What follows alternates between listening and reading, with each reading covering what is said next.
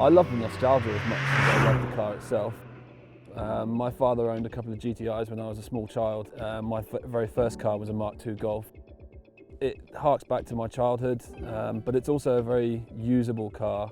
It's not perfect, but it's perfectly usable, and I think that's what I love about these cars most of all.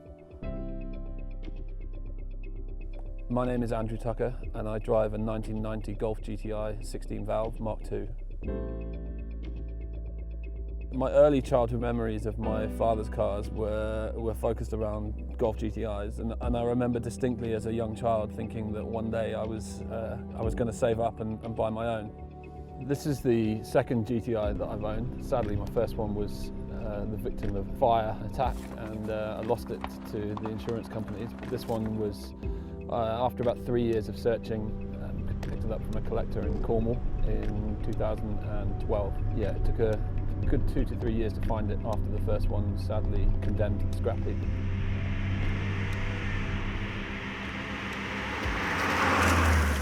The car is completely original minus the suspension rebuild. The original interior, original 15-inch BBS-RA alloys, still running the original clutch, engine and gearbox.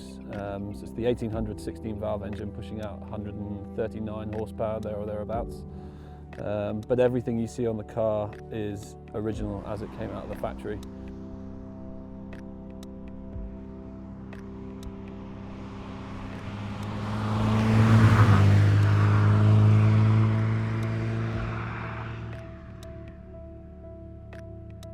When I bought the car, it was still running the original suspension, so it was becoming a little bit soft and wallowy, but the suspension has been rebuilt in the last 12 months, running a modern version of the Bilstein V-back shocks and springs setup, and it's now much more neutral, much flatter through the corners, and it handles much more together, feels more like a modern car as a result of the suspension rebuild.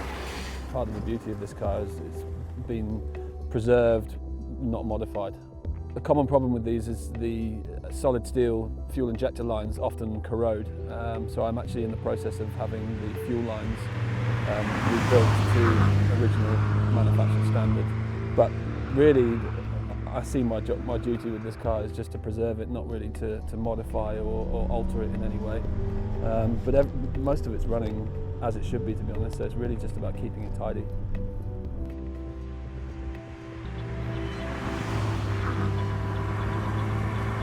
On the rare occasions I do get to drive it, I like the memories that it brings back of being a small kid sat in the back seat when my father owned one. They're a very easy car to extract most of the power from. They're not particularly powerful, so they're quite easy to drive most of that power. And as I said, as a result of the suspension rebuild, the handling is nice and flat and neutral.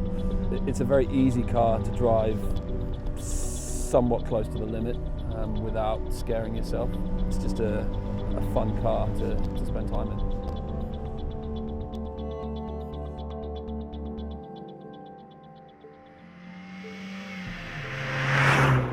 I'm not too precious about it. It's not a pristine car. I like the fact that it's, the bodywork is not absolutely perfect. It's not a concours winning car, but it's an easy, fun car to get in and drive. It's pretty reliable, so I have no qualms about taking it on long distances.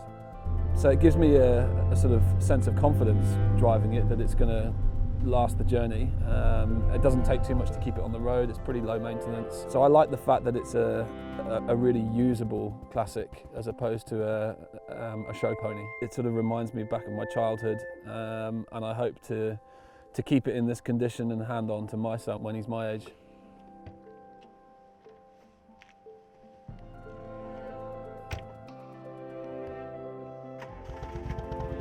The beauty of the Golf is it's such an easy car to live with. I can put my Labrador in the back, my kid can fit in a car seat in the back. It's a fun sports car to drive to a point for myself, but it's a usable family hatchback. So it's a very easy car to live with, and I think the practicality, Volkswagen means the people's car, and the GTI was very much the people's sports car.